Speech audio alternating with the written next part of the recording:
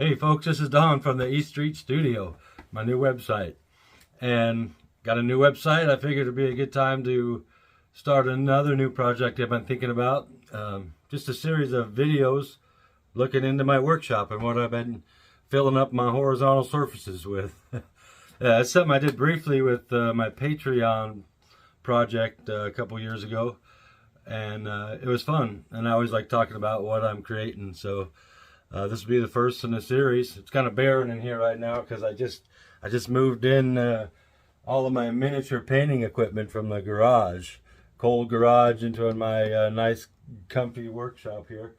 And I got a cool standing desk that I love, and I'm excited to be able to paint in a comfortable environment. It's really nice. Anyway, on this workbench today, I've got some experiments that I've done with colored stains and painting the engravings on my laser cuts. So let's go take a look at that.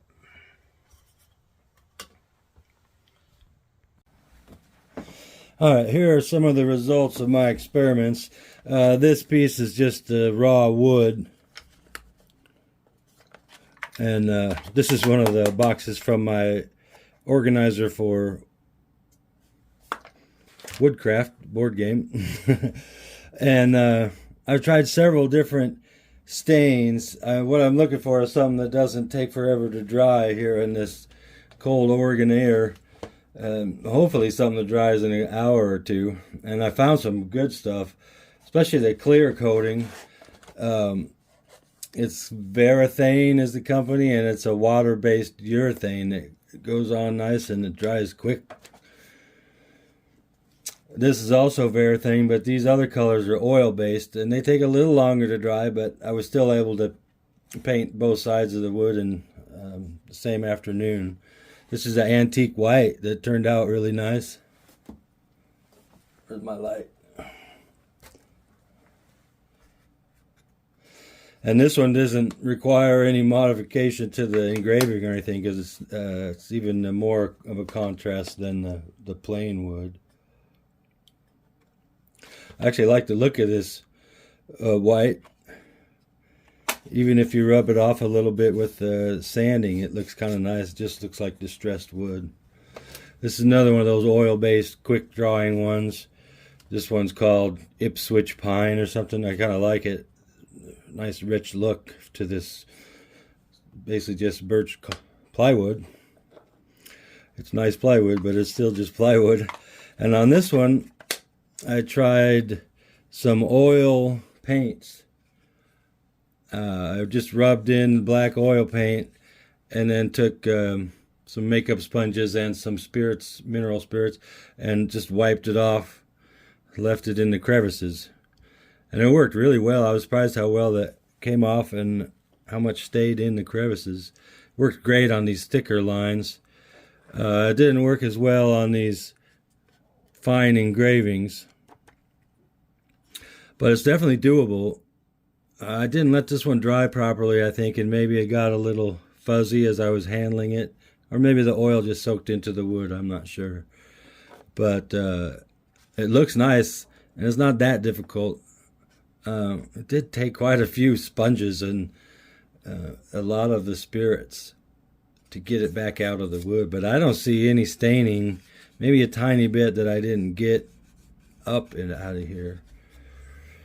This one is also oils. And I could do this a little finer if I was did my designs with this technique in mind. These are very fine engraving. I also tried, I read on some bulletin board somewhere, I think it was just a random search. This is acrylics, which dry much faster. They don't take nearly as long to dry. They don't come off as cleanly. There's still a little bit of residue of the white around here, and you have to use rubbing alcohol. And it actually worked pretty well, but as I said, it does stain. You have to be a little more careful about the staining, and it does get into the grain a little more if you're not careful. So I guess I like this for the ease of the drawing and the quick work, but this oil paint looks much better.